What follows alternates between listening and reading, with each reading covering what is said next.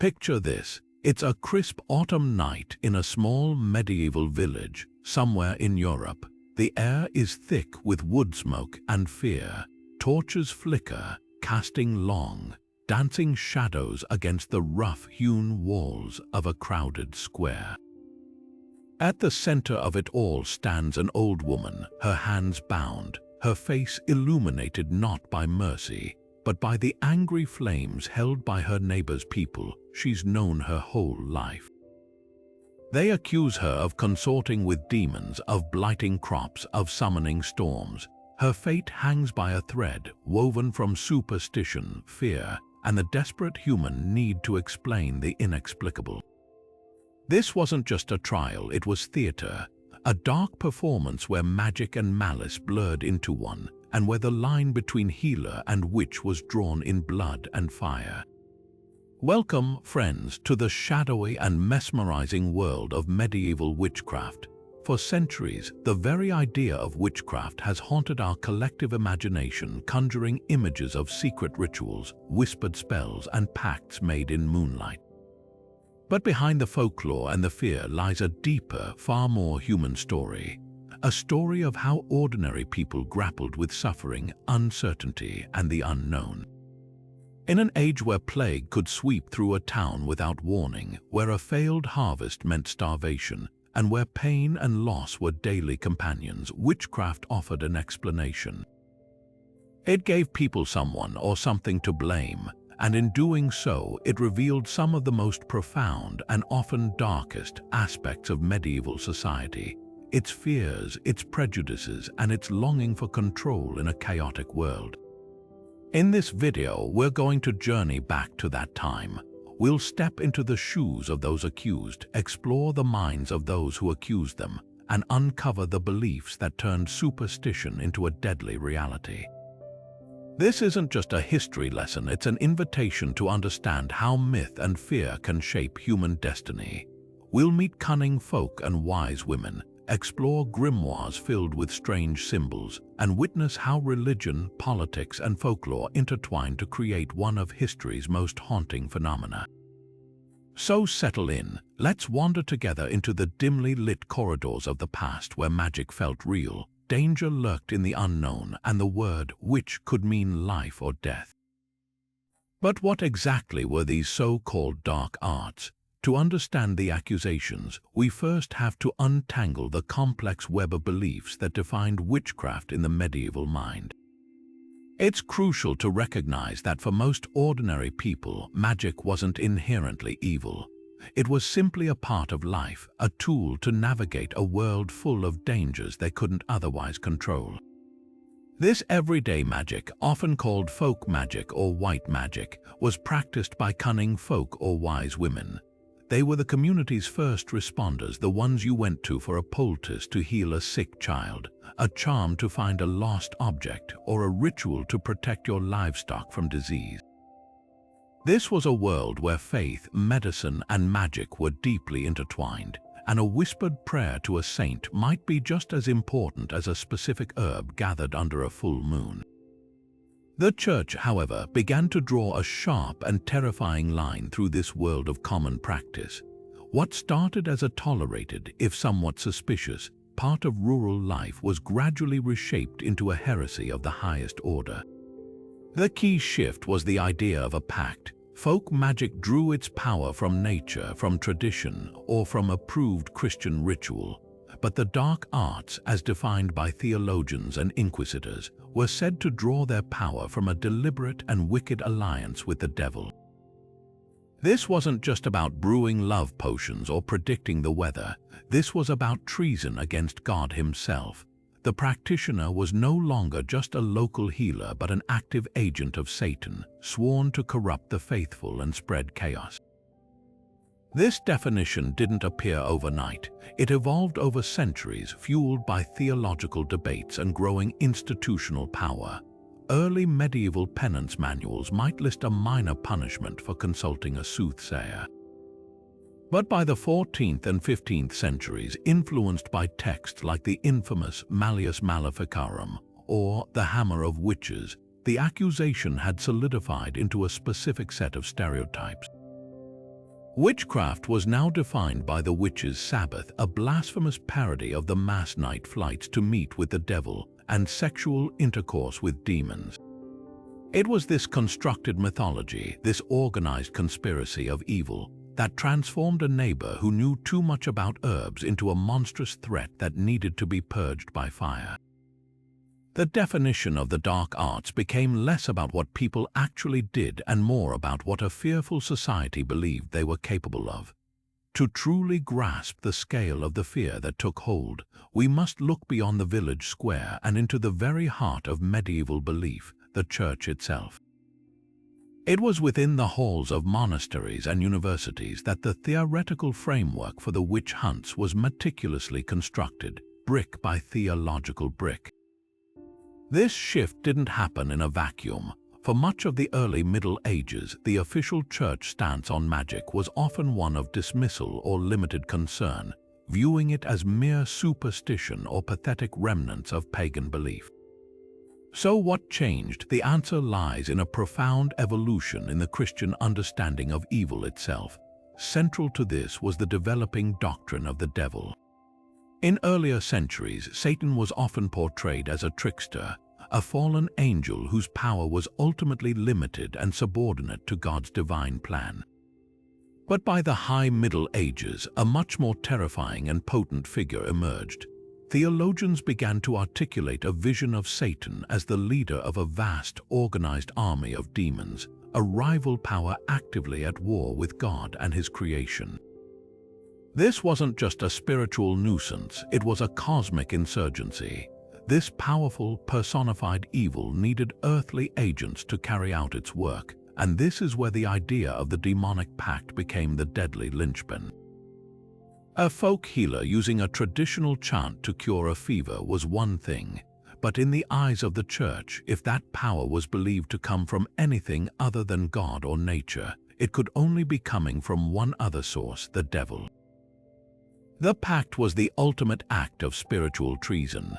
It was theorized that a witch would formally renounce her baptism, pledge her soul to Satan, and in return receive her maleficium, her harmful power to sicken livestock, destroy crops, or kill children. This theological innovation transformed local superstition into a matter of highest heresy. An accusation of witchcraft was no longer just about a personal grievance. It was an accusation of being a conscious, willful soldier in the devil's war on Christendom. This ideological framework was powerfully codified and spread through key texts. While the Malleus Maleficarum is the most infamous, it was building upon centuries of thought. Scholastic theologians, using intricate logic, debated the precise mechanisms of how demons operated, how pacts were sealed, and even the horrifying specifics of a witch's relations with an incubus demon. These weren't obscure academic exercises. These ideas filtered down. They were preached from pulpits, discussed in confessionals, and eventually became the official handbook for inquisitors. The village wise woman, once a marginal figure, was now reimagined through this lens as a central node in a vast, invisible network of evil, a concept that gave ecclesiastical justification for the most extreme measures. The fear was no longer just local, it was cosmic, and it demanded a cosmic response. To understand how this terrifying new ideology took root, we have to rewind the clock to a much earlier and far more ambiguous time. Before the fires of the great witch hunts, before the Malleus Maleficarum, the landscape of belief in early medieval Europe was a vast and intricate tapestry woven from countless threads. The conversion of the continent to Christianity was a monumental process, but it was not an instant erasure. For centuries, the old gods and the new god existed in an uneasy, often blended coexistence. The common people, particularly in rural villages far from episcopal courts, held onto a deep well of pre-Christian tradition. Their world was animated by spirits in the ancient trees, the rushing rivers, and the standing stones that dotted the countryside. Magic, in this context, wasn't a dark art. It was a practical necessity, a way to interact with these powerful, unseen forces that governed daily life. We can see this clearly in the enduring practices of Germanic and Celtic traditions. Charms and spells from this era reveal a fascinating syncretism where the names of pagan deities like Woden or Brigid might be quietly replaced by a Christian saint, while the core structure of the ritual remained unchanged. A spell to ensure a safe childbirth might invoke the Virgin Mary, but it would also require the mother to walk 3 times sunwise around a church, a clear echo of older solar rituals. Herbal knowledge passed down through generations was imbued with magical significance. Certain plants had to be gathered at specific phases of the moon or while speaking particular words of power. This was the realm of the scop or the verva in Germanic areas, seers and healers who interpreted omens and offered protection. Their power was respected, even feared, but it was a local, community-based authority, not yet seen as a direct threat to the cosmic order. The Church's initial approach to this deeply ingrained world was not a blanket suppression but often a strategic absorption. Pope Gregory the Great in the 6th century famously advised missionaries not to destroy the pagan temples but to repurpose them, to sprinkle holy water on the old sites of worship and rededicate them to a Christian saint. The goal was to offer a Christian alternative for a deeply felt human need, to redirect the impulse for magic rather than eliminate it entirely. Holy water, blessed amulets, and the relics of saints became the new protective charms. A prayer to Saint Anthony could guard against pestilence, replacing a chant to an older god of healing. This process of Christianization effectively provided a sanctified outlet for the belief in magical intervention, wrapping ancient instincts in a new theological package. Yet beneath this layer of acceptance, a constant tension simmered. While the Church was willing to incorporate harmless folk practices, any magic that invoked non-Christian spirits or seemed to challenge God's ultimate authority was a different matter. Church councils periodically issued decrees against specific practices, condemning those who believed in the riding of the night with the goddess Diana, for instance, or those who used divination to find stolen goods. The key distinction they tried to enforce, often with limited success at the village level, was the source of the power. Was the result achieved through the sanctioned intercession of the Church and its saints, or was it achieved through a private, unsanctioned compact with ambiguous spirits? This was the fragile fault line. For a long time, the old ways persisted in the shadows, tolerated as rustic superstition, but the groundwork was being laid. The Church had defined the boundary, and as its institutional power and theological confidence grew in the later medieval period, that boundary would harden from a line in the sand into a wall of stone, with the practitioners of the old craft on the wrong side. This intellectual transformation from rural superstition to organized heresy required architects. It wasn't enough for fear to simmer in villages. It needed a structured ideology, a set of rules and definitions that could be taught, debated, and enforced. This is where we enter the rarefied world of medieval universities, where some of the greatest theological minds of the age began to systematically build the case against witchcraft, brick by logical brick. This was the birth of formal demonology, and its impact cannot be overstated. These scholars provided the intellectual justification that turned local fears into a continent-wide panic. At the forefront of this movement was Thomas Aquinas, a Dominican friar and perhaps the most influential theologian of the 13th century. Aquinas sought to reconcile faith with reason, to create a complete and logical system of Christian thought. In doing so, he turned his formidable intellect to the nature of evil and the capabilities of demons, and his conclusions became bedrock principles for centuries to come. Before Aquinas, there was often a willingness to dismiss certain magical claims as illusion or female fantasy. But Aquinas, through his scholastic method of question and debate, argued with powerful logic that demons were not only real but actively, physically capable of interfering in the human world. He tackled seemingly esoteric questions with grave seriousness, and his answers had deadly real-world consequences. Could a demon physically transport a person through the air? Aquinas said yes, arguing that a spiritual being could indeed manipulate matter. Could a demon assume a physical body, specifically that of an incubus or succubus, to have intercourse with a human? Again, Aquinas affirmed this was possible, a belief that became a central pillar of the witch stereotype. Most crucially, he solidified the concept of the explicit pact. For Aquinas, the witch was not a passive victim of demonic trickery. She was an active participant who willingly entered into a contract with the devil, trading her soul for temporary power. This framed witchcraft not as a sin of weakness but as the ultimate heresy, a conscious, willful rejection of God. Aquinas was not alone in this project. He stood on the shoulders of earlier thinkers like St. Augustine, who had centuries before laid the groundwork by condemning all magic as inherently involving demonic assistance. But Aquinas and his contemporaries in the 13th century gave these ideas new weight and systematic clarity. Other figures, like the Franciscan theologian Bonaventure, further elaborated on how demons operated within the natural laws God had created, exploiting them to create miraculous-seeming effects. These weren't fringe ideas, this was mainstream theological thought developing at the heart of medieval intellectual life. Their work created a self-reinforcing loop of fear and logic.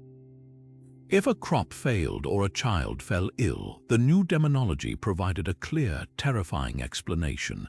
A witch, empowered by her demonic master, had willed it. The idea that evil required a human agent made the invisible threat feel tangible and local. It gave a name and a face to misfortune. The abstract theories debated in university halls in Paris or Cologne eventually trickled down, simplified and amplified, through the sermons of parish priests and the manuals of inquisitors. The village cunning woman, once a source of local remedies, was now reimagined through this theological lens as a potential terrorist in a cosmic war, her every herb and charm suspect. The intellectual framework was now complete, waiting only for the right social and political conditions to set it ablaze. Yet for all its theological pretensions, the Malleus Maleficarum was at its core a practical manual for terror. Its third and most extensive section provided judges and inquisitors with a step-by-step legal guide for prosecuting a witch, from the moment of arrest to the final execution. It detailed how to initiate a trial based on rumor alone, how to conduct an arrest without allowing the accused to sleep or prepare a defense, and most notoriously, it meticulously outlined the rules for judicial torture. The authors argued that since witchcraft was a crimen exceptum, an exceptional crime, normal rules of evidence and legal procedure could be suspended. The manual advised on which torture devices to use, for how long, and how to interpret the confessions that were inevitably wrung from the accused. It even provided a specific script for the torturer to follow, a chilling monologue to be delivered to the broken individual on the rack. This section transformed abstract fear into a repeatable, bureaucratic process, a horrific algorithm for producing guilty verdicts. A local magistrate with no legal training could now open this book and find everything he needed to conduct a witch trial with the grim efficiency of a slaughterhouse. The impact of this book, while not immediate, eventually became a devastating tidal wave across Europe. Initially, it was met with some skepticism by the church authorities. The University of Cologne's theology faculty actually condemned it for its unethical legal advice and its obsession with sexual matters. But with the recent invention of the printing press, the Malleus found a new and powerful medium for dissemination. It was printed and reprinted, spreading far beyond clerical circles into the hands of secular judges, local officials, and lawyers. It became the standard reference work, the unquestioned authority on a subject that was consuming the continent. Its practical advice stripped away the protective layers of traditional law, making it easier than ever to accuse, convict, and execute. The manual didn't create the witch craze single-handedly, but it poured gunpowder onto the smoldering embers of superstition and fear, providing the spark that would ignite the fires for centuries to come. While the grand theories of theologians and the grim procedures of the Malleus Maleficarum provided the framework for the witch hunts, the spark that lit the fuse was almost always intensely local and deeply personal. To truly understand how someone ended up at the stake, we must pull our focus away from the sweeping narrative of cosmic war and zoom in on the cramped, interconnected world of the medieval village. Here, life was lived in close quarters where everyone knew their neighbor's business, and survival depended on a fragile web of cooperation and reputation. It was within this pressure cooker of communal life that the dark fantasy of demonic pacts found its most potent fuel: simple human conflict. Imagine a typical village. A few dozen families, their lives bound to the land and to each other. Resources were always scarce. A bad harvest meant hunger for everyone. Trust was the currency of survival. In such an environment, grievances weren't minor annoyances, they were cracks in the very foundation of the community. A fence line dispute, a broken promise over a loan of grain, a rejected romantic advance, or envy over a neighbor's slightly more prosperous farm. These were the seeds from which accusations of witchcraft could grow. When misfortune struck, it was a natural human impulse to look for a cause, and often, the most satisfying explanation wasn't a random act of God, but the malicious intent of a person you already disliked. The dynamics were often painfully clear. The person accused was frequently someone who already existed on the margins of village society. She might be a poor, elderly widow with no male protector, making her vulnerable. She could be the midwife or healer who was respected when things went well but instantly suspected when they went wrong. Perhaps she was simply known for having a sharp tongue or a quarrelsome nature, someone who had made enemies.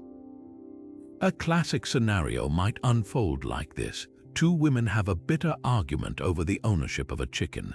Weeks later, one woman's child falls gravely ill. In her anguish and fear, the mother connects the two events. That argument wasn't just a quarrel, it was a curse. Her neighbor's anger must have summoned some dark power to inflict this suffering. The personal grudge provided the motive, and the tragedy provided the opportunity. This process of scapegoating was powerfully reinforced by the very nature of maleficium, the harmful magic that was the most common accusation. It perfectly targeted the most vulnerable aspects of pre-modern life. A witch didn't summon abstract demons, she caused concrete, devastating harm.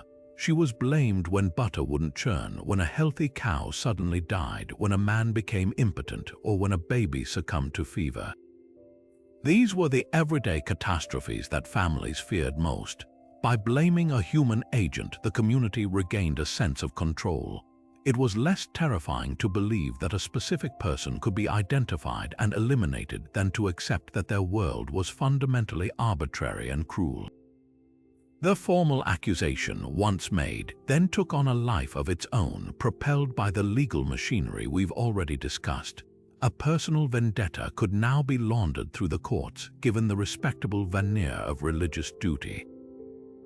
The accuser could settle a score while appearing pious and protecting the community.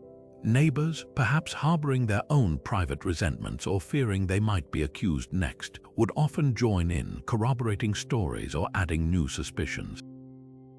This created a snowball effect where a single allegation could rapidly pull others into its orbit, destroying lives and tearing apart the very social fabric it claimed to defend.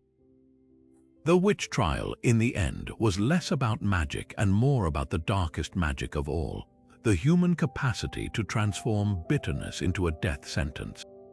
Now, let's turn from the theoretical and the local to the spectacularly political. For a perfect storm of all the elements we've discussed: theological fear, royal power, and personal vendetta, we need to sail north to Scotland at the end of the 16th century, to the infamous North Berwick witch trials. This case stands apart because it wasn't just about a quarrel over a neighbor's cow. It was an accusation that reached into the highest echelons of power, directly threatening the monarch himself, King James VI of Scotland. It all began with a storm. In the autumn of 1590, King James was returning from Oslo, Norway, where he had gone to collect his new bride, Anne of Denmark. Their voyage across the North Sea was met with a ferocious and unusual tempest, forcing the royal ships to take shelter and delaying their return. Storms were common enough, but in the supercharged atmosphere of the time, this was immediately seen as something more sinister. Whispers began that the violent weather was not an act of God, but an act of maleficium, a deliberate magical assault on the king. The investigation that followed was not led by some local bailiff. King James, a man deeply intellectual and profoundly paranoid, took personal charge. His own life, and by extension the stability of the entire Scottish crown, seemed to be under attack by unseen forces. The investigation quickly focused on a servant named Malleus Duncan, who worked for a local deputy bailiff in the town of Tranent. Her master, David Seaton, had begun to suspect her of witchcraft, reportedly because she had suddenly developed a remarkable talent for healing the sick. Under torture, likely involving the brutal crushing of her fingers in the screws of a device called the pilnuinx, Malleus Duncan confessed, and her confession was a bombshell. She didn't just admit to petty local magic, she spoke of a grand conspiracy. She named accomplices and described attending a massive witches' Sabbath in the town of North Berwick, held in the very church itself. She claimed that over 100 witches had gathered there to plot the king's destruction, led by a man she identified as the local schoolmaster, Dr. John Fyon. The story became even more elaborate and horrifying. The witches, she said, under the direction of the devil who appeared as a man in black, had performed a ritual to raise the storm that targeted King James's ship. They christened a cat in blasphemous parody of a baptism, tied it to a human corpse and cast it into the sea, chanting as they did so to summon the winds and waves. This was no longer a simple case of village maleficium. This was a detailed, theatrical narrative straight out of the Demonology manuals, complete with a satanic Sabbath, a direct pact with the devil, and a targeted act of high treason. The investigation spiraled outward, ensnaring dozens of people, but it centered on two key figures, Dr. John Fyon, the alleged ringleader, and a woman named Agnes Sampson, a well-respected and knowledgeable midwife and healer from a nearby parish. Agnes Sampson was a classic example of the wise woman, someone whose skills made her both valued and vulnerable. Initially, she held her ground with dignity, denying all charges before the king and his council.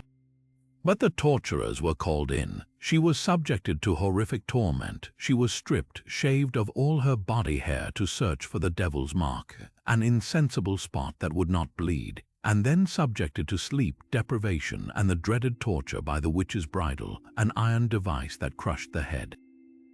Broken by this ordeal, Agnes Sampson finally confessed, and her testimony was what truly captivated and terrified King James. To prove the authenticity of her dark knowledge, she reportedly took the king aside and whispered to him the precise words he and his new queen had exchanged in their private marital bed on their wedding night. For James, this was the ultimate proof. If a witch could know something so secret and intimate, then her power was undeniably real, and her conspiracy was a clear and present danger to his reign. Her confession, now deemed irrefutable, sealed not only her fate but that of countless others, as it confirmed every paranoid fantasy in the king's mind about the ubiquity and power of the witch threat. The trials that followed were a judicial frenzy. Dr. John Fyon, under extreme torture, confessed to a litany of bizarre and diabolical acts, from desecrating graves to using magic to seduce women. The confessions extracted during this period were clearly shaped by the interrogator's expectations, fed by the very demonological texts King James himself was studying. The outcome was a foregone conclusion. Malleus Duncan, Agnes Sampson, Dr. John Fyon, and many others were convicted of high treason against God and the crown. Their punishment was to be strangled at the stake and their bodies burned to ashes, a public spectacle designed to purge the kingdom of Satan's influence.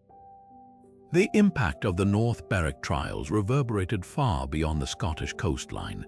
For King James, the experience was transformative. It solidified his lifelong obsession with witchcraft and demonic plots. He personally involved himself in the interrogations, becoming his own lead inquisitor, and he would later author his own book on the subject, Demonology, a text that vigorously defended the reality of witchcraft and urged its ruthless eradication. This book, published in 1597, would go on to influence judicial attitudes across Britain, providing intellectual and royal sanction for the hunts to come. The North Berwick trials were a terrifying demonstration of how elite fears could amplify local suspicions, transforming them into a state-sponsored crusade where the line between justice and paranoid fantasy was completely washed away. Yet if the North Berwick trials revealed how a king's paranoia could ignite a witch hunt, the events that unfolded in the German city of Trier just a few years earlier demonstrate how that fire could be systematically stoked into an all-consuming inferno, one that ultimately devoured its own architects. This was not a case of a single dramatic conspiracy, but a slow, grinding, bureaucratic massacre that unfolded over more than a decade.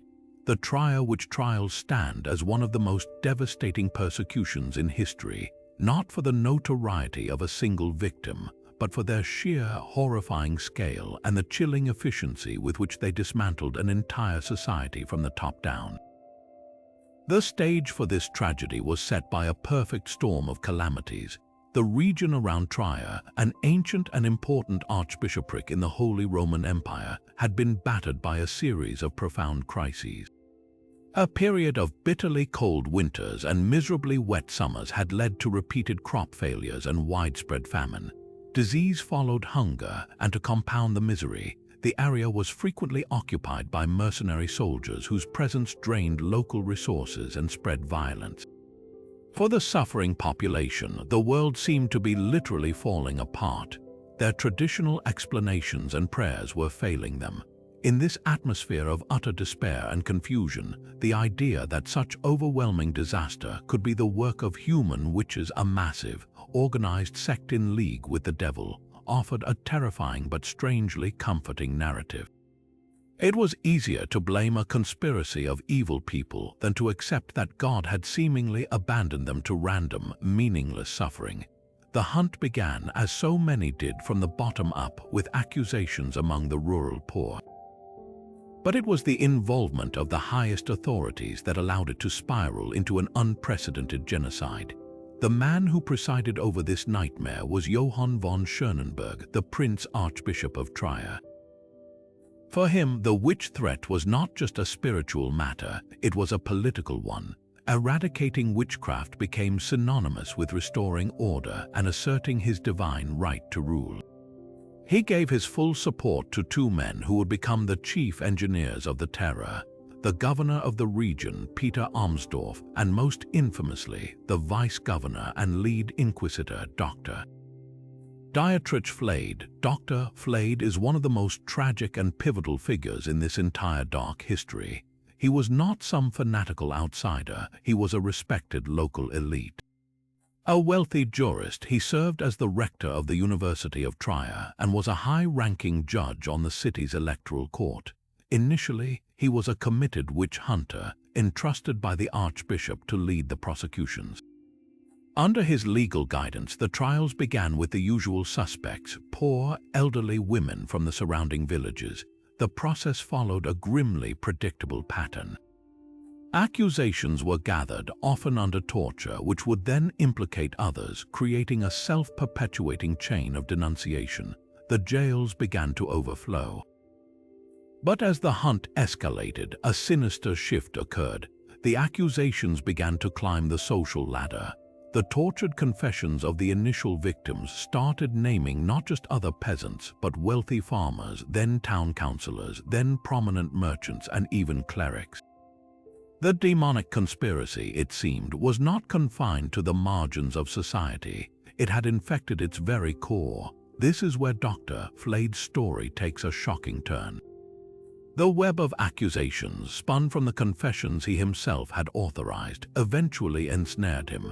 His wealth made him a target for envy. His sudden hesitation to approve more executions made him a target for suspicion.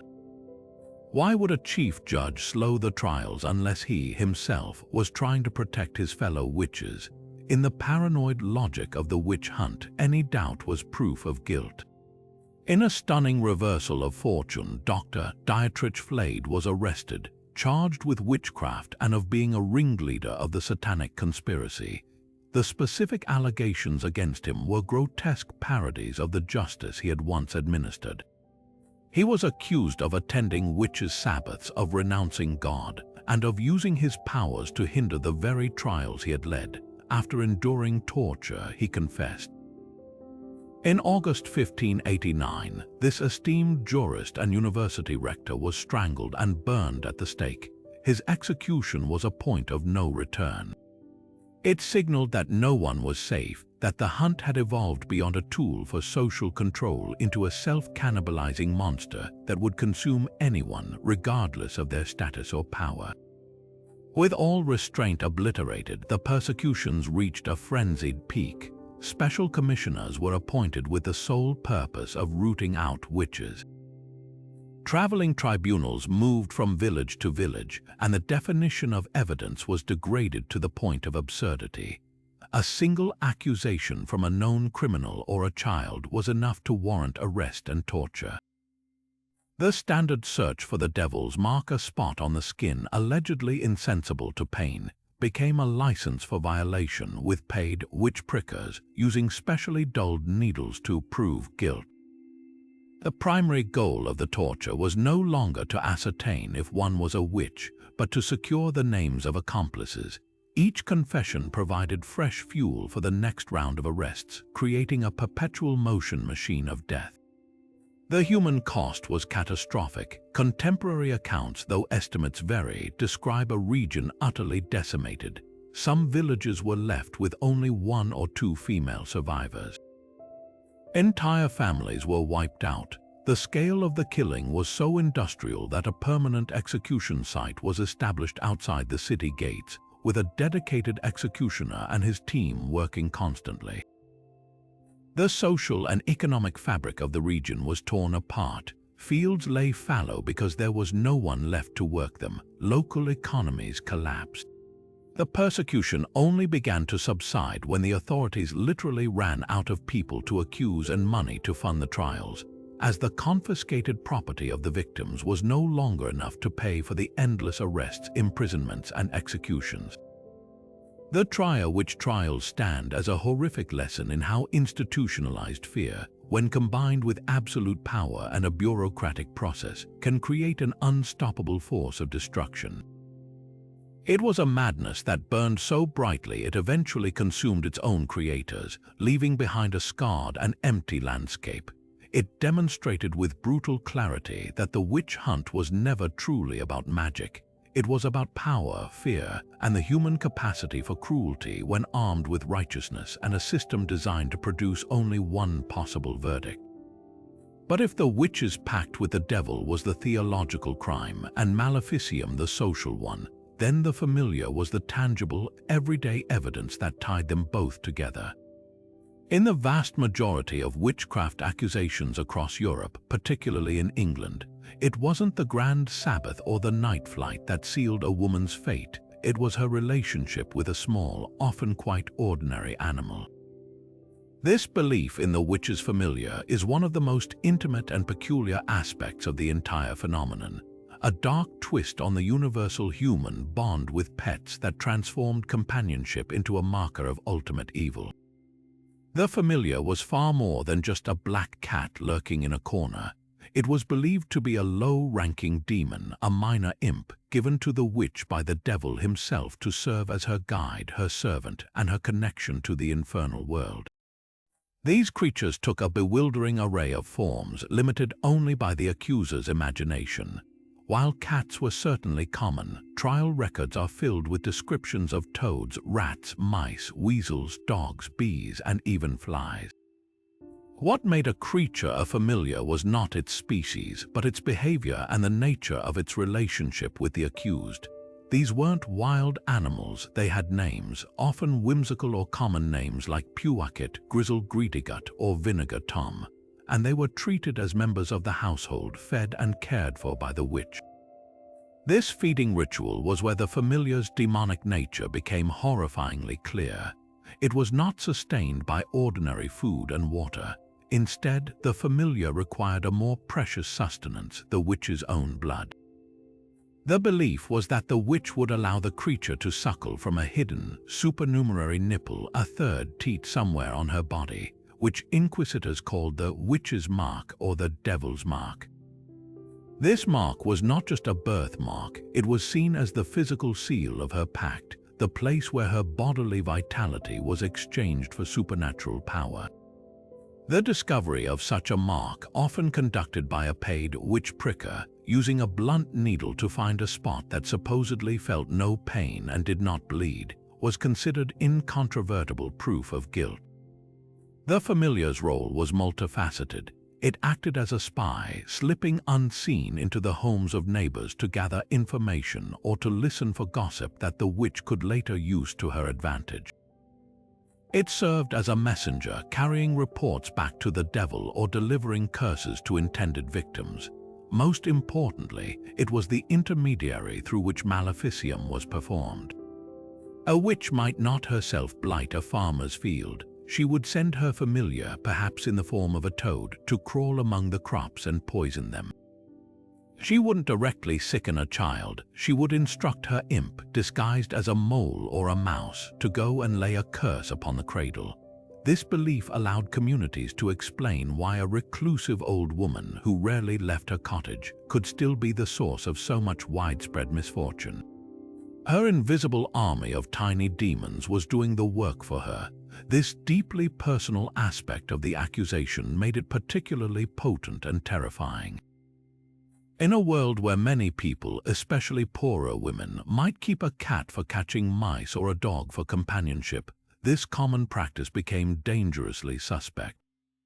Any unusual affection for an animal could be reinterpreted as something sinister. If a neighbor saw you talking to your cat or saving a scrap of food for a stray dog, it could easily be twisted into evidence of you conversing with your familiar or preparing its bloody meal. The familiar turned the hearth, the very center of domestic life, into a potential altar for demonic communion, making the threat of witchcraft feel not distant and ceremonial, but immediate, personal, and lurking in the home right next door.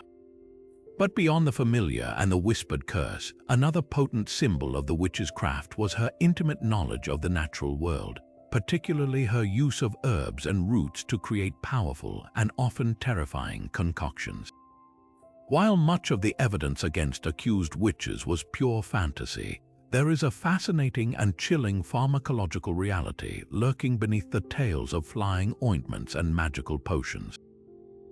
These weren't just stories, they were distorted accounts of very real, very powerful plants that could profoundly alter human consciousness, creating experiences that felt utterly supernatural to those who underwent them.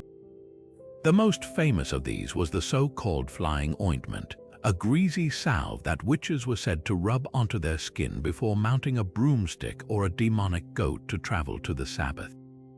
While the flight was certainly metaphorical or hallucinatory, the ointment itself was likely quite real. Recipes for such salves, recorded in grim detail in trial confessions and even in some early medical texts, read like a poisoner's grocery list. They were a toxic cocktail of some of Europe's most potent psychoactive plants, deadly nightshade or belladonna, known for causing delirium and vivid visions, mandrake root, steeped in legend for its human-like shape and its power to induce a trance-like sleep, henbane, which can cause sensations of flying or falling, and water hemlock, a violently poisonous plant that induces seizures. These ingredients were often mixed with animal fat to create a paste that could be absorbed through the skin. The method of application is particularly revealing. The most sensitive areas for absorption are the thin-skinned, mucus-rich parts of the body, the armpits, the groin, and most effectively, the sensitive tissues of the vagina and rectum. The image of a witch applying the ointment by straddling a broomstick or a staff and flying becomes less a literal act and more a practical, if dangerous, method of self-administering a powerful transdermal drug. The broomstick was not a vehicle, it was an applicator. Within minutes, the effects would have been overwhelming. The user would experience a profound dissociation from their body, a sensation of rushing through the air or tumbling through space, and incredibly vivid, often terrifying hallucinations. These visions would have been shaped entirely by the cultural expectations of the time. A medieval woman steeped in the sermons about the devil and the witch's Sabbath under the influence of a potent deliriant would have experienced exactly what her society told her she would experience. The strange, distorted faces in her vision became demons.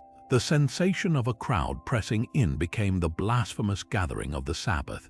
The feeling of a presence in the room became the devil himself, often accompanied by the sensation of a heavy weight on the chest, a classic symptom of the alkaloids in these plants known as the incubus experience. The ointment didn't create the fantasy of the Sabbath out of nothing. It chemically unlocked a door in the mind, and the church and popular folklore provided every terrifying detail of what lay on the other side. This pharmacological explanation doesn't diminish the reality of the experience for the user. To them, it was utterly real. They had, in a very tangible biochemical sense, attended a Sabbath, consorted with demons, and flown through the night. When interrogated under torture, their confessions were not necessarily pure fabrications to please their torturers. They were often recounting a genuine, traumatic psychedelic experience they could not otherwise explain. This adds a deeply tragic layer to the persecutions. Some of the accused may have been experimenting with ancient shamanic traditions, seeking visions or healing, using knowledge passed down through generations. In a different cultural context, they might have been revered as mystics or healers, but in the paranoid climate of medieval Europe, their explorations were reinterpreted through the lens of demonology, transforming a personal spiritual quest into the central evidence for their own execution. The very plants they used to explore the boundaries of consciousness became the proof of their pact with the devil. Yet of all the dark fantasies that consumed the medieval imagination, none was more elaborate, more bizarre, or more central to the witch panic than the construct of the witch's Sabbath. This was the ultimate horror story, a complete and terrifying mythology of what witches were believed to do when they gathered under the cloak of night. It wasn't enough to accuse a woman of cursing a neighbor's cow. The authorities needed a grand narrative of organized evil, a satanic conspiracy that justified the most extreme measures of eradication. The Sabbath provided exactly that, a detailed script of blasphemy and depravity that became a self-fulfilling prophecy under the pressure of torture. The journey to this nightmare gathering was itself a supernatural feat. Witches were said to travel vast distances to their meetings not on horseback but through the air. The belief in nocturnal flight was pervasive. Some confessions described witches anointing themselves with the psychoactive flying ointment we discussed, then mounting a broomstick, a pitchfork, or even a transformed demonic animal to hurtle through the night sky. Other accounts, particularly those extracted by inquisitors who insisted all magic was an illusion, claimed the flight was a demonic deception, that the devil simply lulled the witch into a deep sleep and created a vivid dream of transportation, leaving her body behind while her spirit attended the gathering. Either way, the imagery of women flying became a powerful symbol of their unnatural rejection of the domestic sphere and their submission to a force that defied the laws of God and nature. Upon arrival at a desolate heath, a deep forest, or most blasphemously inside a deserted church, the Sabbath would begin.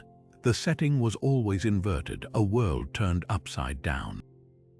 The rituals were a deliberate and systematic perversion of the Catholic Mass, the central pillar of medieval religious life, where the priest consecrated the host, the devil figure, often appearing as a monstrous black man or a stinking goat-like creature known as the Goat of Men's, would desecrate it. He might offer the witches a turnip instead of the sacramental wafer, or a lump of coal instead of bread. Instead of wine, they would drink from a pond of filthy water or from a cup filled with the blood of unbaptized infants. The rituals were designed to be as offensive as possible to Christian sensibilities, involving prayers recited backwards, crosses trampled underfoot, and hymns replaced with obscene parodies. This wasn't just individual sin, it was organized theatrical heresy on a grand scale. The core of the Sabbath, and the element that most horrified the pious judges, was the act of homage. Each witch was required to formally renounce her Christian faith, to spit on the cross, and to pledge her soul and body to the devil. This was the demonic pact made manifest in a communal setting. In return for this ultimate act of treason, the devil would brand his new recruit with his mark, the infamous devil's mark, as a sign of their eternal contract. He would also assign each witch a personal familiar imp to serve her on earth. This ritual of fealty transformed the gathering from a mere party of miscreants into a sworn army of Satan, a fifth column within Christendom itself, giving ecclesiastical authorities a clear and present danger that demanded a ruthless response.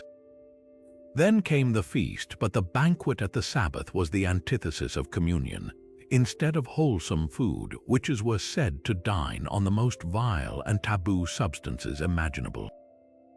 Confessions spoke of stews made from the limbs of hanged criminals, of roasted children, and of unsalted, tasteless food, a significant detail in a world where salt was both a precious preservative and a symbol of purity. The wine was replaced with foul liquids. This cannibalistic imagery tapped into deep-seated fears of famine and the ultimate violation of the natural order, painting the witches as beings who sustained themselves on death and corruption rather than life. The climax of the Sabbath was the ultimate inversion of sacred order, the Black Mass. This ceremony was a meticulous, point-by-point mockery of the most holy service, led by the devil himself posing as a priest. Every sacred symbol was defiled. The altar was a slab of stone or a naked human back. The holy water was urine. The consecration was a ritual murder. The purpose was not worship but desecration, a systematic unraveling of every comfort and certainty of the Christian world. For the inquisitors listening to these confessions, this was the smoking gun. It proved that witchcraft was not a collection of isolated superstitious practices, but an organized, international satanic religion intent on destroying the church from within. Finally, the entire event would culminate in an orgiastic dance and a frenzied sexual free-for-all. This was perhaps the most potent element for the medieval mind, representing a complete breakdown of social and moral boundaries. Witches were described as coupling indiscriminately with each other and with demons known as incubi and succubi. This sexuality was not portrayed as passionate or pleasurable but as cold, brutal, and unnatural. It symbolized the utter loss of individual will and the complete surrender to animalistic, demonic impulse. In a society that prized chastity, marriage, and order above all else, this vision of unchecked promiscuity was the ultimate proof of the witch's damnation and her threat to the very fabric of community. The terrifying genius of the Sabbath mythology was that it created a perfect closed loop of evidence. Once an inquisitor accepted its basic premise, every confession extracted under torture could be made to fit its template. A suspect who initially denied everything would be questioned specifically about flight, about the devil's appearance, about the feast and the orgy. The torture would continue until the suspect's broken mind began to incorporate these suggested details into a confession, simply to make the pain stop. That confession would then be used as proof that the Sabbath was real, which would justify the torture of the next suspect, and so on. The Sabbath was less a discovered reality and more a dark fantasy co-authored by the persecutors and the persecuted, a story written in blood and fear that convinced an entire continent it was fighting a war against a phantom army. Yet to secure these elaborate confessions of Sabbaths and pacts, the authorities needed a key, a tool to unlock the truth from the unwilling accused. That tool was judicial torture, a horrifically sophisticated system of pain designed not just to punish, but to produce a very specific narrative. The legal theory behind it was deceptively simple. Since witchcraft was a crime in exceptum, an exceptional crime that left no ordinary evidence, exceptional means were required to prove it. The goal was never to discover if the accused was guilty. It was to make her confirm what the interrogators already believed to be true. The process began the moment a suspect was arrested, often dragged from their home in the middle of the night to maximize disorientation and terror. They were thrown into a dank, lightless cell, and the psychological warfare started immediately. Interrogators would employ cunning tricks, perhaps pretending to have overwhelming evidence from other witnesses or claiming that their own family had already confessed and named them. The accused was isolated, stripped of all social support, and left to marinate in fear and uncertainty for days. This mental torment was the first and often most effective layer of the torture process, designed to break the spirit before the body was even touched. When these psychological pressures failed to yield a satisfactory confession, the physical ordeal began. The methods were varied and hideously inventive, each engineered to inflict maximum agony without causing immediate death, thus prolonging the process. One of the most common devices was the strappado, a deceptively simple mechanism of breathtaking cruelty. The accused's hands were tied behind her back and a rope was attached to her bound wrists. She was then hoisted high into the air by a pulley, letting her entire body weight dislocate her shoulders with a sickening pop. Often, to intensify the agony, heavy weights were tied to her feet before the lifting began, ensuring the joints were torn apart more violently. The interrogators might then drop her suddenly, stopping just short of the floor, a jolt that sent searing pain through her entire mangled frame. For more precise, focused torment, thumb screws or leg screws were employed. These were vile contraptions of wood and metal designed to crush fingers, thumbs, or calves slowly and systematically. With each turn of the screw, the pressure increased, splintering bone and crushing nerve endings. The pain was excruciatingly localized, offering no respite or numbness.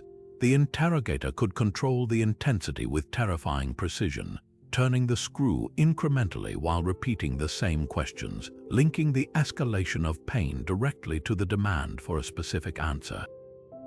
Perhaps the most psychologically devastating technique was sleep deprivation. The accused would be forced to walk continuously in her cell, prodded by guards if she slowed down. She might be tied to a stool in an uncomfortable position, prevented from dozing off for days on end. Without the sanctuary of sleep, the mind begins to unravel. Hallucinations set in, the line between reality and nightmare blurs, and the will to resist dissolves into a desperate, primal need for rest. Under this relentless assault on consciousness, a person would often agree to anything, confess to anything, just for the chance to close their eyes. These methods were not applied randomly, they were part of a calculated legal procedure. Torture was typically authorized for a specific duration or until a certain level of evidence was reached. A confession given under torture was not considered legally valid until the accused repeated it freely after the torture had stopped, a chilling legal fiction known as ratification. Of course, a victim who knew the pain would recommence the moment she recanted almost always confirmed her confession. The system was designed to be inescapable, a nightmarish loop where the only way out was to validate the very fantasies that had ensnared her. And so the confessions flowed, each one mirroring the expectations of the torturers. The details of the Sabbaths, the flights, the pacts, all these elements were fed to the accused through leading questions asked during the agony. Did you not fly on a goat? Did the devil not appear as a black man? Did you not kiss his posterior? A disoriented, broken individual grasping for a way to end the pain would latch onto these suggestions. Their resulting narrative, a horrific collage of their own fears and their interrogators' obsessions, was then recorded as solemn truth. The torture chamber did not uncover reality. It manufactured it, using human suffering as its raw material and producing a standardized demonic testimony that only fueled the fires of more trials. While the core idea of maleficium, harmful magic, was a constant across Europe, the specific fears and figures that haunted the medieval imagination were astonishingly diverse, shaped by deep-rooted local cultures, religions, and landscapes. The monolithic witch of popular culture splinters into a fascinating array of regional phantoms once we travel beyond the German and French heartlands of the craze. In the sun-drenched Mediterranean, particularly in regions like Spain and Italy under the watchful eye of the Inquisition, the focus of magical anxiety often had a different flavor. Here, the emphasis was less on the destructive Sabbath and more on what we might call social or emotional witchcraft. The courts were preoccupied with maleficia that disrupted the social and familial order, love magic and its destructive counterpart, impotence magic. A powerful fear was the fatera, a charm or potion designed to manipulate affection. Women might be accused of hiring cunning folk to create love philters to ensnare a wealthy suitor, or of brewing potions to render a rival's husband impotent. This reflected a society deeply concerned with lineage, marriage alliances, and the control of female sexuality. The threat wasn't always a storm destroying crops, but a spell destroying a family's honor and future through the corruption of love itself. Venture north into the British Isles and the archetype shifts again. English witchcraft beliefs were intensely domestic and personal, centered overwhelmingly on the figure of the familiar, that personal, demonic imp we discussed earlier. The English witch was often a solitary figure, her power vested in her relationship with her animal companion, through which she worked her petty but devastating vendettas. Scottish beliefs, heavily influenced by the demonology of King James, were a hybrid, combining this domestic focus with a more continental terror of the grand satanic conspiracy. The Scottish witch was more likely to be described as attending large, nightmarish Sabbaths on remote moors, like the one confessed at North Berwick, yet she still returned home to her faithful, blood-sucking familiar. Crossing into Eastern Europe, the supernatural threat takes a dramatically different form. Here, the pervasive fear was not solely the witch, but the vampire or vampire. In Slavic and Hungarian regions, a witch was often just one type of harmful dead person who could return from the grave. The line between a witch and a vampire was frequently blurred. A person accused of witchcraft in life was a prime candidate to become a predatory revenant after death, believed to rise at night to prey upon their family and livestock. This fear generated its own unique rituals, exhuming bodies to stake them, decapitate them, or place stones in their mouths to prevent this post-mortem predation. The witch hunt here was not just about burning the living, it was about ensuring the dead stayed dead. Meanwhile, in the far north, the rugged landscapes of Scandinavia bred their own unique entities.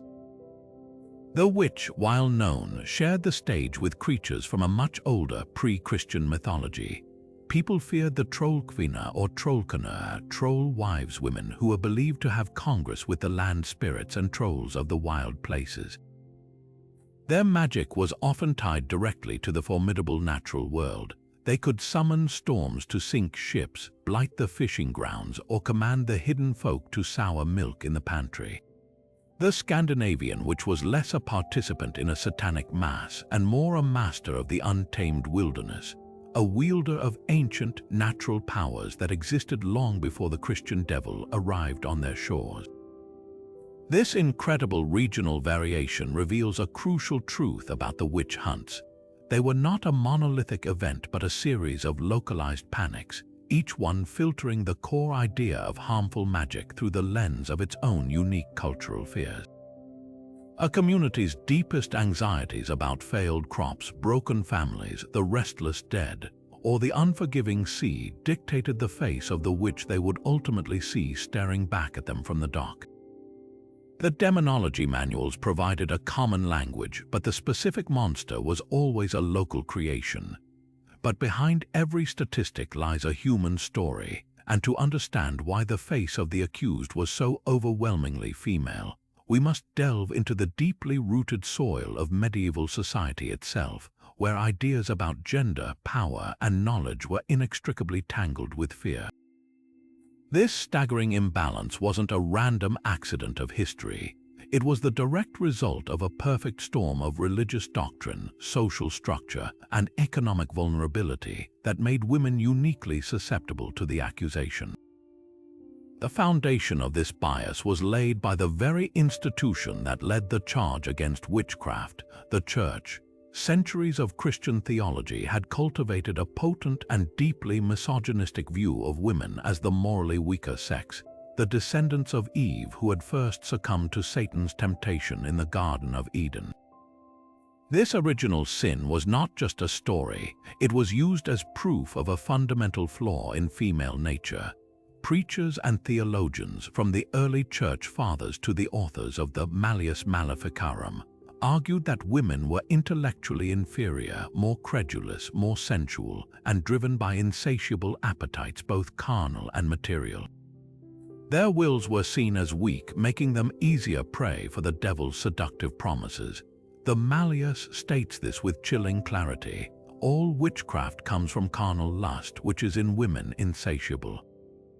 This wasn't just slander, it was a theological diagnosis that framed womanhood itself as a gateway for demonic influence. This religious prejudice fused with the rigid social roles of the time. A woman's value and identity were almost entirely defined by her relationship to men, as a daughter, a wife, or a widow.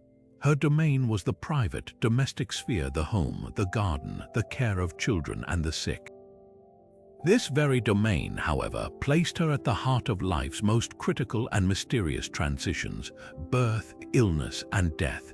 When a child was born with a deformity, when a prized milk cow suddenly went dry, or when a robust husband took ill, it was the woman who was most intimately involved in these daily dramas of survival and misfortune. Her knowledge of herbs for healing or for curdling milk could, in an instant, be reinterpreted as knowledge of herbs for harming or spoiling. The same skills that made her a valuable community resource in good times made her a prime suspect when things went wrong. Her expertise became her liability. This was especially true for women who fell outside the protective, but often restrictive, umbrella of male authority. Elderly widows were among the most vulnerable. Without a husband or father to defend them, they were economically precarious, often relying on community charity or meager savings. A widow who was too assertive in demanding repayment of a debt, or who was seen as a drain on the parish's resources, could quickly become a target. Similarly, unmarried women, spinsters who lived alone and controlled their own, however modest, livelihoods were viewed with deep suspicion. Their independence was itself an affront to the social order, a deviation from the accepted path of male governance. A woman without a man was a woman without a master, and in a society that demanded obedience, her autonomy was frighteningly anomalous. The economic dimension cannot be overstated. Witch hunts often functioned as a brutal form of social cleansing, a way to eliminate burdensome members of a community under the guise of religious purification. An impoverished, aging widow might own a small cottage or a strip of land that a more prosperous neighbor coveted. Accusing her of witchcraft was a horrifically effective way to seize that property, as the assets of the convicted were often confiscated to pay for the costs of the trial and imprisonment. The accusation resolved a property dispute, erased a small debt, or simply removed a nagging economic irritant, all while allowing the accuser to posture as a righteous defender of the faith. Finally, we must consider the specific magical practices themselves. The world of folk healing and midwifery was overwhelmingly a female domain, a body of knowledge passed from mother to daughter for generations. These wise women possessed an intimate understanding of nature's pharmacy, which herbs could ease a difficult labor, which poultices could reduce a fever, which charms were believed to protect a newborn from illness. This knowledge was powerful, and it was opaque to the male-dominated establishment of university-trained physicians and clerics. To them, This female-centric science was ungodly and mysterious, its successes attributed not to skill but to a sinister pact. Even the physicality of women's bodies was used against them. The search for the witch's mark, a supposed insensible spot on the body where the familiar would suckle, involved a violent and humiliating examination that turned the natural female form into a landscape of potential evidence for the devil's work. In the end, the witch trial was the ultimate tool for policing female behavior. A woman who was too loud, too quiet, too sexually active, not sexually active enough, too poor, too independent, or too knowledgeable could be silenced forever. The charge of witchcraft enforced conformity, punished independence, and reinforced patriarchal control by demonstrating the terrifying consequences of stepping outside narrowly prescribed roles. The flames that consumed thousands of women across Europe were not just burning alleged heretics, they were burning a grotesque effigy of medieval society's deepest fears about the power, the autonomy, and the very nature of women. Yet in the shadow of this overwhelming fear, communities were not passive victims waiting for misfortune to strike. Just as they believed in the power to harm, they held an equally deep faith in the power to protect. An entire world of defensive magic flourished alongside the dark arts, a vibrant ecosystem of rituals, objects, and specialists dedicated to building invisible walls against maleficium. For every curse, there was a counter-curse. For every witch, a cunning person ready to stand as the village's first line of defense. The most immediate and personal forms of protection were the countless charms and amulets woven into the fabric of daily life. These weren't rare or expensive items, they were the everyday armor of the common person. A house might have a horseshoe nailed over the door, its iron nature and crescent shape believed to repel evil spirits. Bundles of specific herbs like St. John's wort, rowan, or ash were tied above the cradle of a newborn or hung from the rafters to safeguard the entire household. People carried small, perforated stones known as hagstones, through which they were taught to look to see the true nature of any enchantment. Even the act of knitting could be protective. Certain patterns in a fisherman's sweater were not just decorative but were charms against drowning, a silent prayer crafted into wool. For more serious threats, the solutions became more elaborate and ritualized. One of the most fascinating archaeological finds from this period is the witch bottle. These were not simple containers, they were thoughtfully prepared counterspells, physical manifestations of a magical defense. Typically, a small stoneware jug or bottle would be filled with a potent mixture of ingredients. Sharp objects like bent nails, pins, and broken glass were included to physically harm the witch's familiar spirit. The personal element was crucial. Cuttings of the victim's hair, fingernail clippings, or even urine were added, creating a sympathetic link back to the afflicted individual. The bottle was then sealed and buried under the hearthstone or beneath the threshold of the home, the points of entry for both physical and spiritual intrusion. The belief was that this ritual would turn the witch's own power against her, causing her such intense pain and internal suffering that she would be forced to lift the curse. When these domestic measures failed, people turned to the professionals, the cunning folk. These men and women were the mirror image of the maleficent witch, operating in the same ambiguous space between folk tradition and sanctioned religion. They were the doctors, therapists, and detectives of their communities. A family whose butter consistently refused to churn would consult a cunning person who might diagnose a curse and provide a countercharm, perhaps a specific prayer to be recited while churning or a particular herb to toss into the fire. If livestock sickened, the cunning person might perform a ritual to identify the witch responsible, sometimes using a crystal or a polished stone to scry the culprit's face. Their methods were a potent blend of the sacred and the magical. They freely used holy water and blessed candles from the church alongside traditional incantations whose origins likely predated Christianity. They wrote psalms on scraps of paper to be worn as amulets, blurring the line between devout prayer and magical talisman. This syncretism made them incredibly effective in the eyes of their clients, but also dangerously suspect in the eyes of the authorities. A cunning person walked a razor's edge. Their power to heal proved they had access to hidden knowledge, and that very knowledge could easily be reinterpreted by a suspicious priest or magistrate as evidence of a demonic pact. The same community that relied on them in a crisis might turn on them when fear reached a fever pitch. The church itself offered the most powerful and socially acceptable arsenal of anti-witchcraft tools. For the average medieval Christian, the rituals and sacraments of their faith were not just spiritual comfort, they were a literal shield against the forces of darkness. Holy water was sprinkled on fields and livestock to protect them from blight. The Eucharist was believed to fortify the soul against demonic temptation. The ringing of consecrated church bells was thought to purify the air and drive away evil spirits that gathered in storm clouds.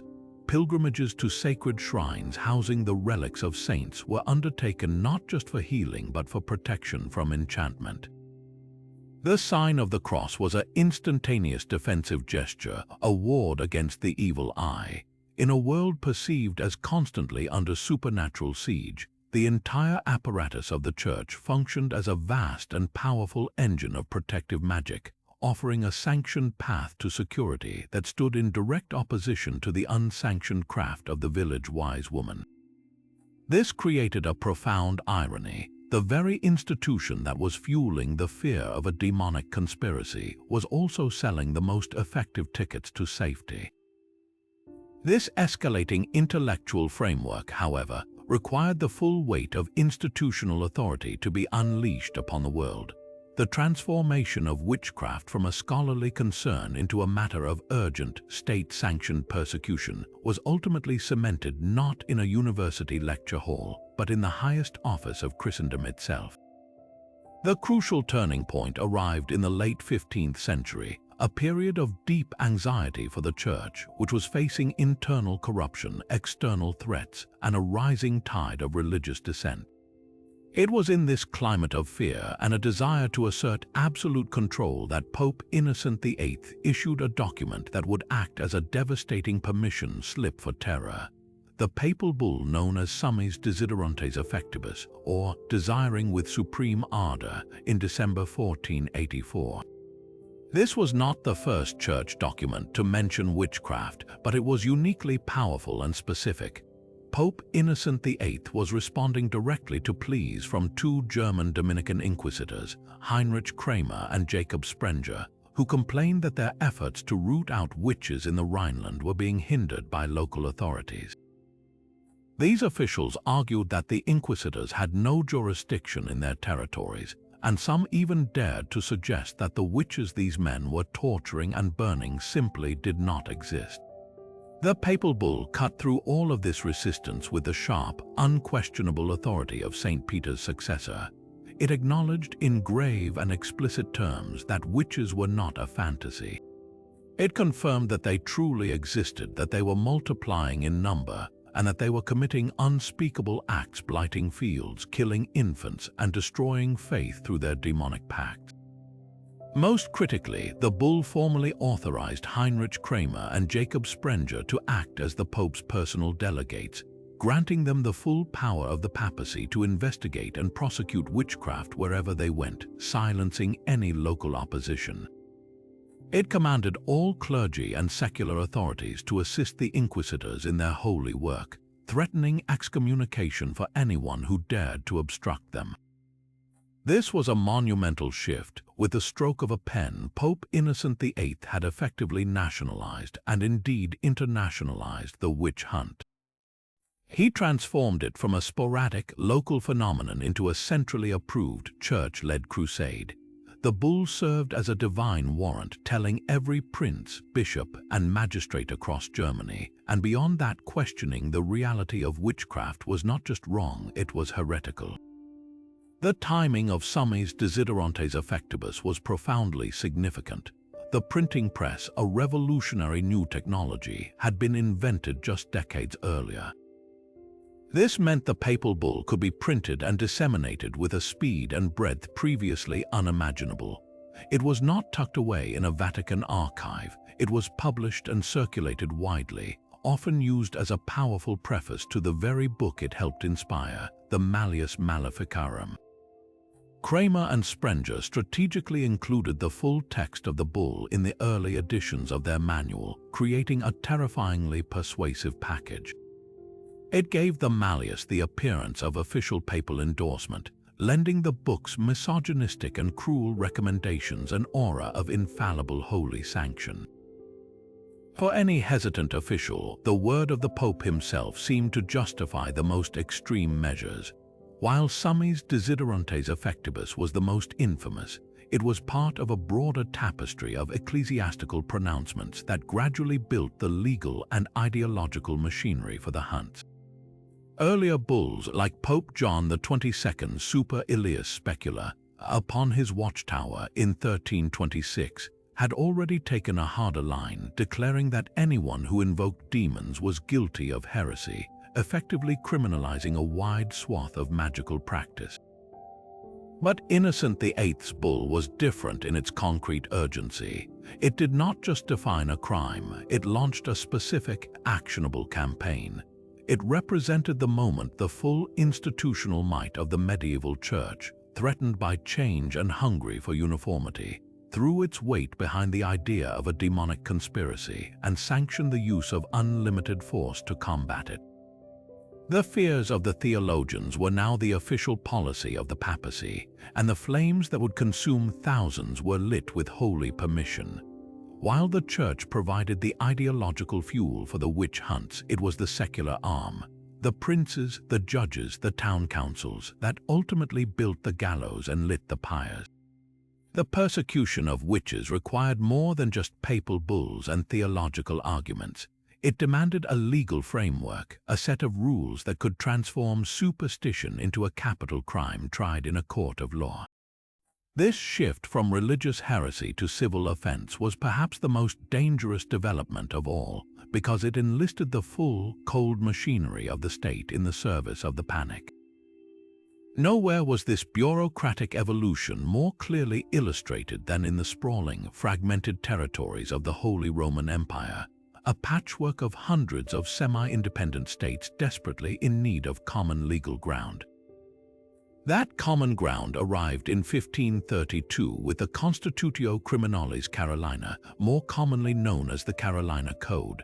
Promulgated under Emperor Charles V, this document was a landmark in European legal history. Its primary goal was to bring order and standardization to the chaotic and often brutal criminal justice systems across the German lands. It sought to replace arbitrary local customs with a unified Roman law-inspired procedure, emphasizing evidence, confession, and the proper role of a judge. On the surface, it was a step toward modernization and fairness, but when it came to the unique and elusive crime of witchcraft, the Carolina Code created a devastating paradox. It established safeguards against reckless prosecution, yet its very acknowledgement of witchcraft as a crime and its detailed instructions for handling it gave the hunts a terrifying new legitimacy and a repeatable legal formula. The Code's approach to witchcraft was deeply cautious, even skeptical, reflecting the legal minds who drafted it. It did not dive headlong into the demonological fantasies of the Malleus Maleficarum. In fact, it treated accusations of witchcraft with serious suspicion, warning judges to be exceptionally careful. It explicitly stated that mere reputation or rumor was not sufficient grounds for a torture warrant. This was a crucial protective barrier. The Code demanded what it called indicia strong, factual evidence that a real crime maleficia had been committed and that the accused was directly responsible. This could be something like a witnessed threat followed by a specific harm, or being seen at the scene of a suspicious event. The Code's authors were clearly wary of the hysterical and unfounded accusations that could tear communities apart. However, the Carolina Code also contained the seeds of its own undoing. By including witchcraft as a recognized crime, it implicitly endorsed the concept. More critically, it fully endorsed the use of judicial torture to extract a confession in capital cases, but only after a rigorous evaluation of the evidence. This created a legal pathway from suspicion to flame.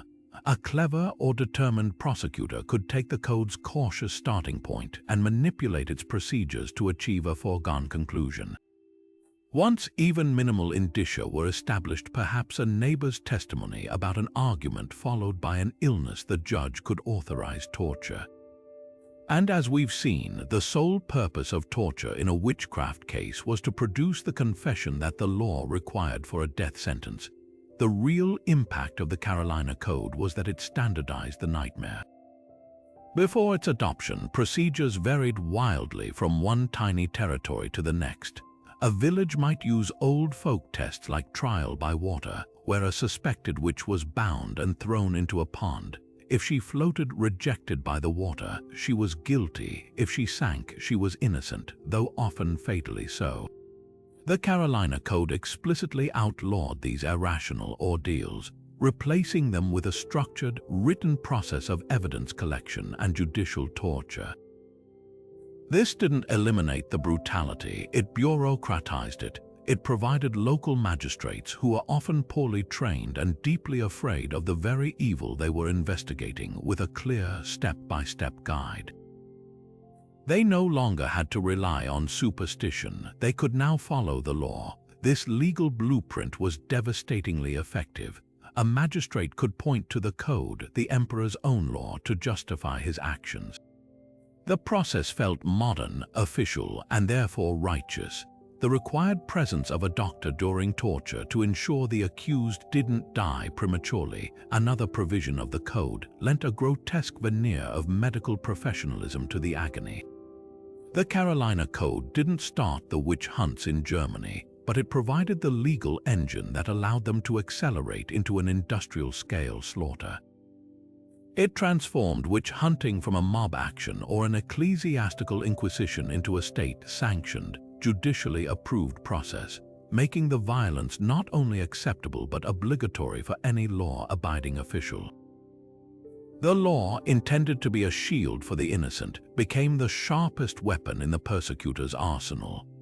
But the terrifying ideas of the witch hunters did not remain confined to dusty theological texts or courtroom confessions.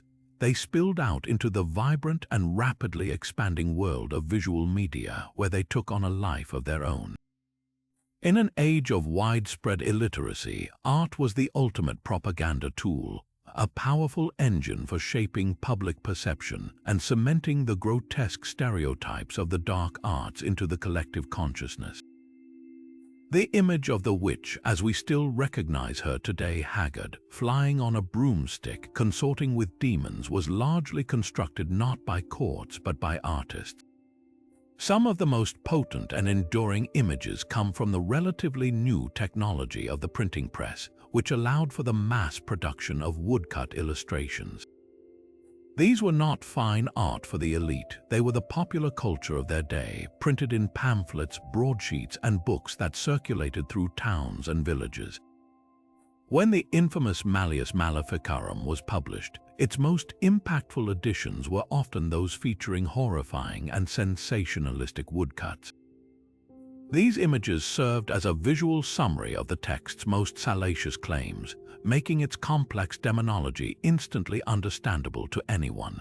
A single woodcut showing a group of naked women feasting with demons or anointing themselves for flight could convey a narrative of organized evil more effectively than pages of dense Latin prose.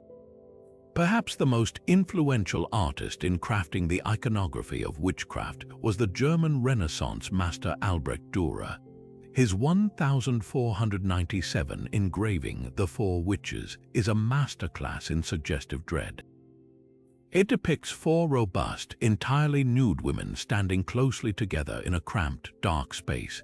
Their nudity itself was a signal of their depravity and rejection of social norms, while their powerful, almost classical physiques gave them an aura of unsettling, unnatural strength. One of the women holds a globe, a symbol of the secret knowledge and power they were believed to wield. The skull on the floor and the demonic face leering from a vent in the wall complete the scene, implying death, sin, and the ever-present watchfulness of the devil. Dora's technical genius lent a terrifying credibility to the subject. This was not a crude drawing but a work of high art, and its authority helped validate the very fears it depicted. Later, artists like Hans Baldung Green, a pupil of Dora, became utterly obsessed with the theme, returning to it again and again, and pushing the imagery into even more erotic and morbid territory. Baldung Green's witches are frequently shown as older, with sagging flesh and wild hair, explicitly connecting female aging and sexuality to evil. In works like The Witch's Sabbath, he fills the scene with a chaotic jumble of symbols: a goat-headed demon, a smoking cauldron, scattered bones, and naked women riding backwards on goats or preparing their enchanted ointments. His use of stark light and shadow, a technique known as chiaroscuro, amplified the sense of mystery and horror, making these nocturnal rituals feel both real and hellishly otherworldly. These images were not neutral observations. They were visual arguments reinforcing the idea that witchcraft was a tangible, organized, and sexually deviant threat. Beyond the German woodcuts, painters across Europe took up the theme, often commissioned by the very authorities prosecuting the hunts. These works served as both warning and justification. A painting like The Witch of Maleficarum by Franz Franken the Younger is a breathtakingly detailed catalogue of every witch stereotype crammed into a single, chaotic canvas. We see The Witch's Sabbath in full swing, with a grotesque demon presiding over a table of gluttonous feasters, a group preparing to fly from a chimney, and others engaged in acts of sacrilege and magic. Such paintings were like visual sermons, illustrating the complete mythology of the Sabbath for a wealthy patron or a church audience, making the abstract concept of heresy visible, visceral, and unforgettable. The cumulative effect of this visual assault was profound. These artworks created a feedback loop of fear. An inquisitor or magistrate steeped in these images would then use their details: the flying ointment, the kiss to the devil's posterior, the specific look of the demon, as a checklist during interrogations. The tortured accused, having likely seen similar images in pamphlets or heard them described in sermons, would then incorporate these elements into their coerced confessions. Those confessions would then be published in new pamphlets illustrated with new woodcuts, which would further cement the imagery in the public mind, leading to more accusations. Art did not just reflect the witch craze, it actively fueled it, providing a shared visual language for a nightmare and turning the fantastical into the accepted truth. The word Inquisition itself conjures such a potent image: a hooded figure, a dark dungeon, the smell of smoke and fear, that it's easy to assume this shadowy institution was the sole, relentless engine behind the witch hunts.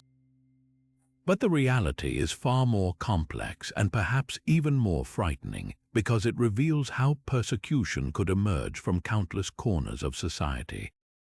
To truly understand its role, we need to untangle the different bodies that operated under that infamous name and see how their motivations often diverged from the popular myth. The first and oldest of these was the medieval Inquisition, established in the 12th century. Its primary target was not witches, but Christian heretics, groups like the Cathars of southern France, who challenged the core doctrines and authority of the Church. Its methods were certainly severe, but its focus was narrow: to identify doctrinal error, secure a renunciation of that error, and reintegrate the repentant sinner back into the flock. Execution was a last resort for the obstinate. When this Inquisition did encounter magic, it was often classified as a form of heresy, specifically because it implied a pact with demons. But for centuries, this was a secondary concern. The medieval Inquisition was a specialized tool for a specific job, and that job was enforcing theological conformity, not hunting village-wise women. Centuries later, a very different beast emerged: the Spanish Inquisition. Founded in 1478 with the approval of Pope Sixtus IV, This was a uniquely state-controlled institution, answering primarily to the Spanish monarchy. Its original and most infamous mission was to root out conversos Jewish and Muslim converts to Christianity, who were suspected of secretly practicing their old faith. This was about racial purity and political unity as much as religious orthodoxy. The Spanish Inquisition was a brutal instrument of state building, and here's the crucial point that corrects a major misconception. The Spanish Inquisition was remarkably skeptical about witchcraft. Its officials tended to view elaborate tales of Sabbaths and night flights as superstitious nonsense, the delusions of hysterical peasants. They feared that a witch panic would destabilize the very social order they were meant to protect. In fact, the Spanish Inquisition's tribunals often acted as a brake on witch trials, dismissing fanciful accusations and punishing those who made them recklessly. The idea of it as a primary driver of the witch craze is largely a historical error amplified by later Protestant propaganda. The Roman Inquisition, formally established in 1542, was the papacy's direct response to the Protestant Reformation. Its mission was to defend Catholic orthodoxy across Italy and other papal territories. Like its Spanish counterpart, the Roman Inquisition developed a surprisingly systematic and cautious legal procedure.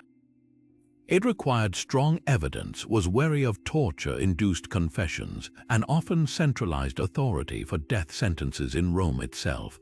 While it did prosecute cases of witchcraft, it generally treated them as a spiritual crime requiring penance and correction, not automatically the fire. In many parts of Italy, the Roman Inquisition's presence actually suppressed the kind of large-scale panics that devastated Germany and France. So if these major inquisitions were often the voices of caution, who was lighting the fires? The answer lies not in a centralized papal conspiracy, but in a fracturing of authority. The heartland of the witch hunts was the Holy Roman Empire, a patchwork of hundreds of small, competing states, prince-bishoprics, and free cities, each with its own insecure ruler and its own local courts. In this politically fragmented world, where a prince's power was often weak and his authority constantly challenged, a witch hunt was a powerful tool. It demonstrated his piety and his firm control over his territory.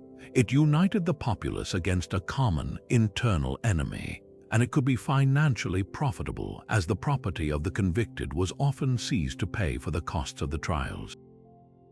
The most fanatical witch hunters were often these local secular authorities, petty lords, town councils, and magistrates, egged on by a fearful populace and armed with demonology manuals like the Malleus Maleficarum. They lacked the trained skepticism and bureaucratic checks of the larger inquisitions. For them, every hailstorm or sick child was proof of a demonic plot, and they had the power to act on that fear immediately. This is where the worst atrocities occurred, in the small villages and towns of Germany, Switzerland, and France, where local judges, driven by personal ambition, religious fervor, or a desire to settle scores, presided over trials that became self-perpetuating engines of death. The real tragedy, then, is that the witch hunts were never a monolithic project directed from Rome or Madrid. They were a grassroots pandemic of fear, enabled by a perfect storm of factors: the new printing press spreading terrifying ideas, the social chaos of the Reformation and wars of religion, economic hardship, and most of all, the empowerment of local officials who saw heresy and witchcraft in every misfortune. The large inquisitions were not the masterminds. They were, at times, the only institutions powerful and organized enough to try to stop the madness. The greatest persecutors were often not the hooded inquisitors of legend, but the neighbors, local priests, and magistrates who saw the devil in the woman down the road and had the means to do something about it. This crucial distinction between natural and demonic magic was the razor's edge upon which a person's life could balance. To the modern mind, all of it might seem like superstition, but for medieval scholars and churchmen, drawing this line was a matter of eternal consequence. It all came down to the source of the power. Was the extraordinary effect achieved by harnessing the hidden, God-given properties woven into creation itself, or did it require the intervention of a willful, intelligent spirit, a demon? Natural magic, or magia naturalis, was not only tolerated in some circles but was considered a legitimate branch of natural philosophy, a precursor to what we might now call science. Its practitioners believed the entire universe was a divine text, filled with secret sympathies and antipathies between objects, plants, animals, and celestial bodies. A skilled person could learn to read these hidden relationships and manipulate them. This was the magic of the apothecary, who knew that a certain herb, gathered under the influence of a specific planet, could draw out infection. It was the knowledge of the farmer who planted his crops according to the phases of the moon. It was the art of the magnet that mysteriously drew iron to itself, or the power of a ruby stone to ward off plague, all seen as marvelous but natural properties placed in the world by God for humanity's use and wonder. The key to its acceptability was that it operated automatically, like a key turning a lock. The herb worked because of its inherent virtue, not because a spirit was compelled to make it work. The magician was merely a technician, manipulating the clockwork of God's creation without appealing to any other intelligence. Great thinkers like Albertus Magnus and Thomas Aquinas devoted serious study to these occult properties, carefully distinguishing them from the work of demons. Using a magnet to find north was philosophy. Using a forked stick to find a murderer was heresy, because it implied a spirit was guiding the diviner's hand. Demonic magic, by stark contrast, was a perversion of the natural order because it was based on a contract. Theologians argued that demons, as fallen angels, possessed intelligence and powers far beyond human understanding. They could manipulate matter, foretell the future, and create illusions, but they could not truly perform miracles or create something from nothing. Their power was limited to a supernatural speed and knowledge, allowing them to produce effects that seemed miraculous to slow human perception. A demon couldn't instantly create a fully grown tree, but it could assemble one from scattered matter in the blink of an eye. The critical point was that a demon would never use its power to serve a human without a price. Therefore, any magic that produced a result that could not be explained by natural properties, like conjuring a spirit to reveal hidden treasure, commanding the weather, or forcing someone to fall in love, was assumed to involve a pact, either explicit or tacit. An explicit pact was a formal, willful agreement where the witch renounced God and pledged her soul to the devil in exchange for power. A tacit pact was more insidious. It could be as simple as using a traditional charm or ritual whose original invocations to pagan spirits had been forgotten but were still effectively a prayer to a demon. The user might believe they were just using a folk remedy, but the church taught that if the power didn't come from God or nature, it could only be coming from one other source. This is why the same action could be interpreted in two utterly different ways. An old woman applying a poultice of comfrey to a wound was practicing natural medicine. But if she whispered a strange, non-liturgical chant over it, she might be accused of invoking a demon, moving her act from the realm of the permissible into the domain of the forbidden. The line was terrifyingly thin, and it was constantly being redrawn by increasingly suspicious authorities. What was once seen as harmless folk wisdom in one decade could be condemned as demonic heresy in the next, as the fear of this invisible conspiracy grew. Eventually, the distinction collapsed entirely for many witch hunters who came to believe that all magic, no matter how simple, was ultimately demonic in origin, making every cunning person a potential enemy of God. Yet for all its ferocity, the wildfire of which persecution could not burn forever, after reaching a terrifying peak in the late 16th and early 17th centuries, the flames began to sputter and died down across much of Europe. This was not a sudden collapse, but a gradual fading, a slow dawning of reason and reform that extinguished the hunts piece by piece. The decline was not uniform outbreaks of panic flared in pockets for decades, but the tide had irreversibly turned. So what changed? What forces finally managed to break the self-perpetuating cycle of fear, accusation, and death that had claimed tens of thousands of lives? A profound shift in the very framework of thought, now known as the scientific revolution, began to offer a new way of understanding the world, one that left little room for demons. Thinkers like Francis Bacon and René Descartes championed a new methodology based on observation, experimentation, and natural law.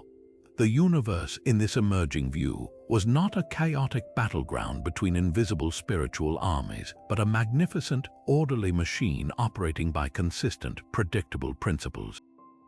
A crop failure could be studied through botany and soil science, not immediately attributed to a witch's curse. An illness had a natural cause within the body or the environment, not a supernatural one. This new world, you didn't necessarily disprove the existence of demons, but it made their constant interference in daily life seem unnecessary and implausible. The clockwork universe of Newton had no need for a devil to push the planets or blight a field of wheat. This intellectual climate made the educated elite, the very judges and lawmakers who enabled the trials, increasingly skeptical of the fantastical claims of Sabbaths and night flights. This growing skepticism directly fueled crucial legal reforms. The very legal machinery that had been perfected to convict witches was now being dismantled from within by jurists appalled by its cruelty and irrationality. The Roman law principle of crimen exceptum, which had allowed for the suspension of normal rules of evidence in witchcraft cases, came under fierce attack. Judges began to insist on higher standards of proof. They demanded concrete evidence of maleficia, the actual harmful act, rather than accepting spectral evidence or the discovery of a devil's mark as sufficient. The most important reform was the severe restriction and eventual abolition of judicial torture, as legal scholars like the German Jesuit Friedrich Spee argued in his courageous and secretive work Cortio Criminalis. Torture was not a tool for discovering truth, but a factory for producing lies. He pointed out the obvious flaw. A person undergoing unbearable pain will confess to anything to make it stop, inevitably naming innocence in the process, which then justifies more torture in an endless cycle. Once the torture stopped, the elaborate confessions of Sabbaths and pacts dried up, and without those confessions, the entire edifice of the witch conspiracy crumbled. Changing religious attitudes also played a vital role. The devastating wars of religion that had torn Europe apart in the 17th century gradually gave way to an era of exhausted pragmatism. The fierce doctrinal certainty that had painted every opponent as a demonic agent began to soften into a weary tolerance. Within Protestantism, denominations like the Quakers and Baptists emerged, preaching inner light and personal conscience over strict dogma, which reduced the impulse to hunt internal enemies. Even within more established churches, a new emphasis on a more personal, loving God began to displace the image of a vengeful deity besieged by Satan's legions. If God was in control of a rational universe, then the devil's power was necessarily limited. This theological shift made the idea of a vast underground network of witches seem less like a pressing threat and more like a superstitious relic. Finally, the sheer scale and horror of the hunts eventually provoked a powerful backlash.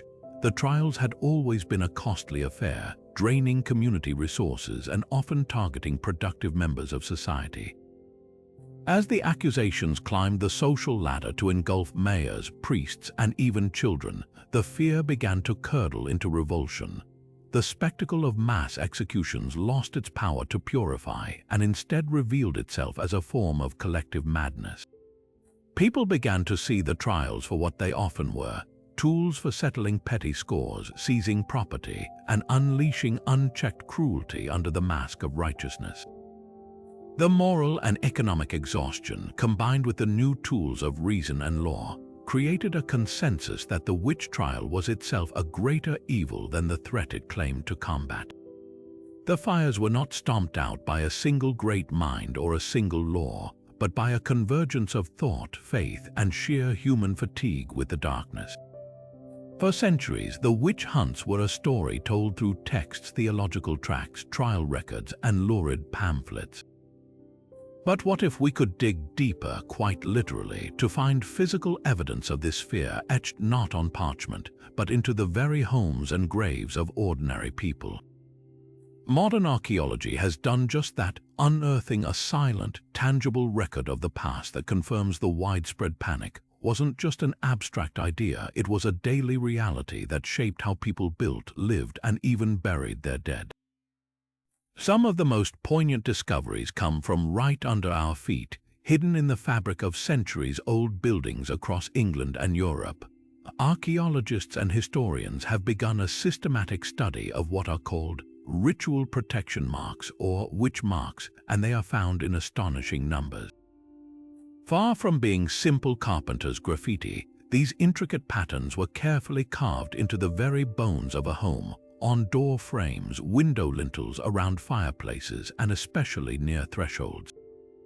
The most common design is the daisy wheel or hexafoil, a compass-drawn interlocking circle that creates a mesmerizing, never-ending pattern. This wasn't for decoration, it was a form of spiritual armor.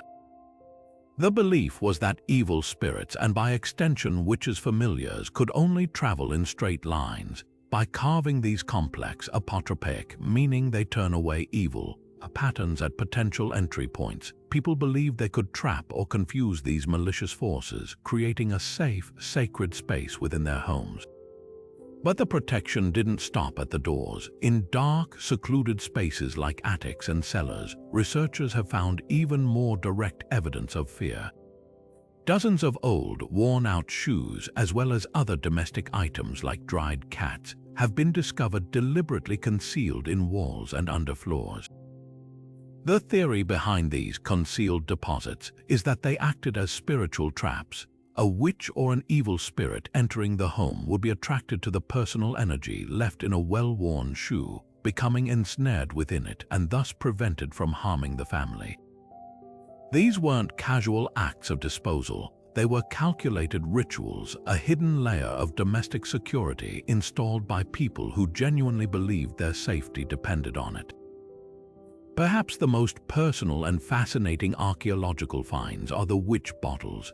We've discussed their purpose, but discovering them centuries later confirms their widespread use. Over 200 of these bottles have been excavated in England, primarily from the 17th century. They are most often found buried upside down under hearthstones, beneath thresholds, or hidden in forgotten cavities within walls, places believed to be points of spiritual entry. Scientific analysis of their contents is chillingly consistent with the historical accounts.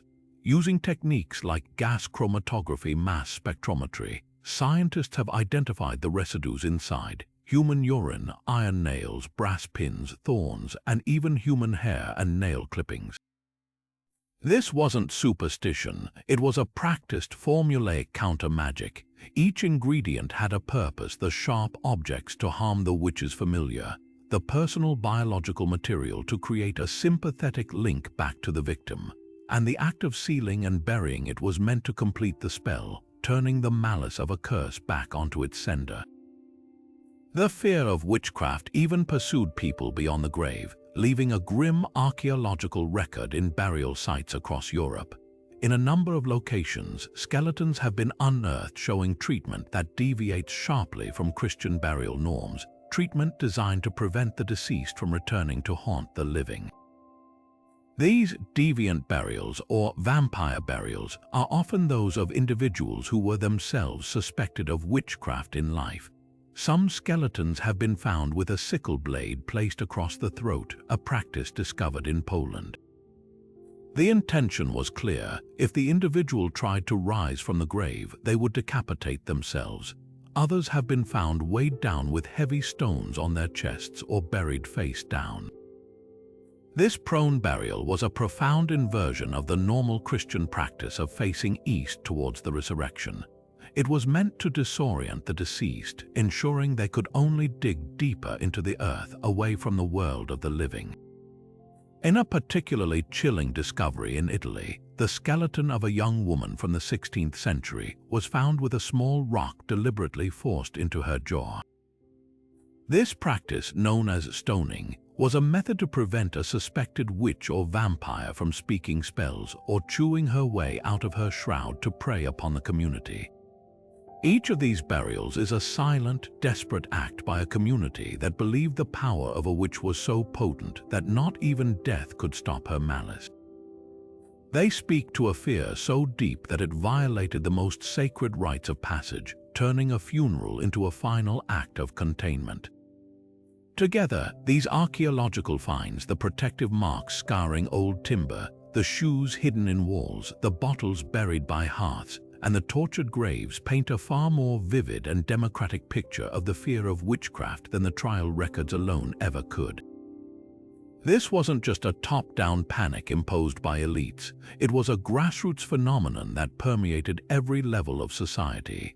The evidence shows us that alongside the grand theatrics of the Sabbath and the demonic pact, people were engaged in a constant, quiet, and deeply personal battle against perceived evil. They invested their homes with magical defenses, crafted counter-spells in ceramic jars, and took extreme measures to ensure their eternal rest.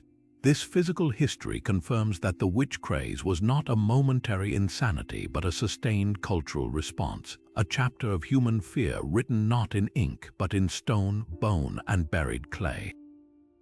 While the courtroom and the village square were the stages for the real-life drama of witchcraft, the imagination of the era found its most enduring expression in the pages of literature. Medieval writers, from poets to chroniclers, were fascinated by the figure of the witch, and their portrayals created a feedback loop that both mirrored the fears of their audience and actively shaped the stereotypes that would fuel the persecutions. To understand the cultural power of the dark arts, we must turn to the stories people told each other, stories that gave the abstract fear a face, a name, and a narrative. One of the most nuanced and memorable literary witches appears not in a grim theological manual, but in a collection of stories designed for entertainment, Geoffrey Chaucer's The Canterbury Tales. In the tale of the Wife of Bath, we hear the story of a knight who is saved from execution by an old hag.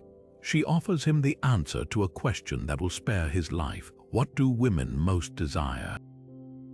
The answer, sovereignty over their own lives, is provided by the hag, but her role is far more complex than a simple wise woman. She possesses arcane knowledge and is described in terms that would have immediately signaled witchcraft to a medieval audience. She is old, connected to the natural world, and wields a power that unsettles the social order. Yet Chaucer subverts expectations. She is not a malevolent force. She is the hero of her own story, using her wisdom to educate the knight and ultimately secure her own happiness and autonomy. This portrayal is a fascinating counterpoint to the emerging hysterical stereotype, reminding us that the medieval view of magical women could still contain ambiguity, wisdom, and even humor. A far more sinister and influential literary archetype emerges from the shadowy corners of Arthurian legend, particularly in the figure of Morgan Le Fay. In early Celtic mythology, Morgan, or Morgan, was often a benevolent healer and ruler of a mystical island paradise, a figure of life and sovereignty. But as the legends were Christianized and retold by authors like Sir Thomas Malory, her character underwent a dramatic and telling transformation. She was gradually reshaped into King Arthur's half-sister, a powerful sorceress motivated by envy and a thirst for power. She becomes a master of potions and illusions, constantly plotting against Arthur and the virtuous Queen Guinevere. Her magic is not the helpful folk wisdom of a village healer. It is the learned, courtly, and politically dangerous art of high sorcery. Morgan Le Fay embodies the fear of the aristocratic, intelligent, and independent woman whose power exists outside the control of the patriarchal court and the church. She is the literary blueprint for the witch as a political schemer, a threat to the stability of the kingdom itself, and her portrayal helped cement the idea that female magical power was inherently seditious. Beyond these specific characters, the very landscape of medieval romance is saturated with magical figures who blur the lines between enchantress, fairy, and witch. In tales like Sir Gawain and the Green Knight, we encounter Lady Bertilac, a beautiful and seemingly hospitable noblewoman who is deeply involved in the magical game being played with Gawain. Her actions, though never explicitly called witchcraft, involve enchantment, testing, and a manipulation of reality that would have been deeply suspect to a clerical audience. These literary enchantresses often inhabit liminal spaces, deep forests, isolated castles, places outside the normal bounds of society where its rules do not apply. They represent the unknown and the untamable, and their interactions with knights often serve as tests of Christian virtue against pagan temptation. These stories weren't just escapist fantasy. They were moral parables that reinforced the idea that magical power, especially when wielded by women, was a dangerous lure away from faith and duty. The circulation of these stories played a crucial role in solidifying the witch stereotype in the popular imagination.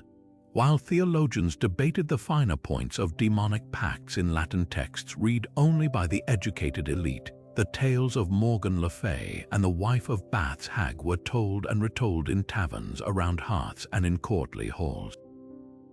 They translated complex demonological theory into relatable narratives of betrayal, power, and fear. They provided a shared cultural vocabulary of what a witch looked like and how she behaved, her association with forbidden knowledge, her opposition to rightful authority, her connection to the wilderness. Long before the Malleus Maleficarum was printed, these stories were already teaching people what to be afraid of. Literature didn't just reflect the witch craze, it provided the archetypes, the narratives, and the emotional fuel that made the accusations believable, turning the abstract concept of a demon-worshipping heretic into the familiar, terrifying figure of the storybook witch. So as the smoke of the pyres finally cleared and the echoes of the trials faded into history, what are we left to make of this dark and complex chapter? The story of witchcraft in the Middle Ages is not a simple one of good versus evil, or even of ignorance versus reason. It is a profound human tragedy woven from many threads, a perfect storm of deep-seated fear, sophisticated theology, and raw social dynamics that converge to create a machine of persecution. We've seen how early folk beliefs, a natural part of trying to navigate a harsh and unpredictable world, were gradually reshaped by an increasingly powerful church into a terrifying demonic conspiracy. Intellectual giants like Thomas Aquinas provided a logical framework for the panic, while books like the Malleus Maleficarum gave local authorities a practical, brutal handbook for carrying it out. But at its heart, in the cramped confines of the medieval village, the accusations were almost always intensely personal, born from neighborly grudges, economic envy, and the desperate human need to find a reason for inexplicable suffering. This history holds up a dark mirror to our own time, challenging us to look closely at the scapegoats we create. The medieval witch hunt was ultimately a failure of imagination, a failure to accept that tragedy could be random, that disease could be natural, that a poor harvest might just be a poor harvest. Instead, that anxiety was projected onto a vulnerable other, someone who existed on the margins of society. It teaches us that when a community is gripped by a collective fear, especially one endorsed by authority and dressed in the language of righteousness, the results can be both horrifying and tragically logical. The mechanisms are hauntingly familiar: the erosion of legal safeguards in the name of emergency, the use of torture to extract confirmation of pre-existing beliefs, and the spread of sensationalized stories that bypass rational thought and speak directly to our deepest anxieties. This begs a difficult but essential question. If the belief in witchcraft was the symptom and not the disease, a symptom of societal fear looking for an outlet, then what are the modern equivalents? Where do we see that same dangerous confluence of panic, power, and prejudice today? Our witch hunts may not involve accusations of pacts with Satan, but they follow the same ancient patterns.